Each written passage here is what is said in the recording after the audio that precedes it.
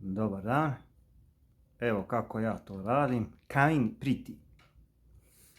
Imali smo ovdje jednu situaciju gdje ovaj kamin bio gore na spratu. Znači nije htio nikako da vuče. Pušio je katastrofa. Premjestili smo ga dole. Fantastično radi.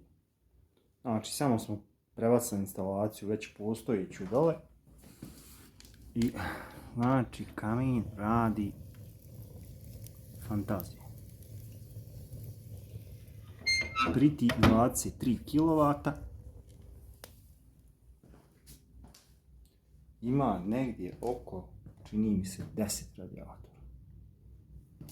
Nema antikondens, nije ni bio prije, ali radi za sad ok sve. Linija bakarnim otišla gore. Ovdje smo sad dodali dva radijatora.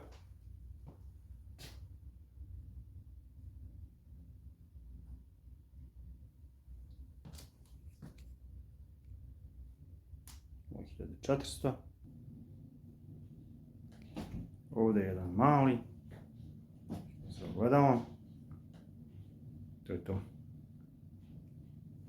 Ćao, vidimo se.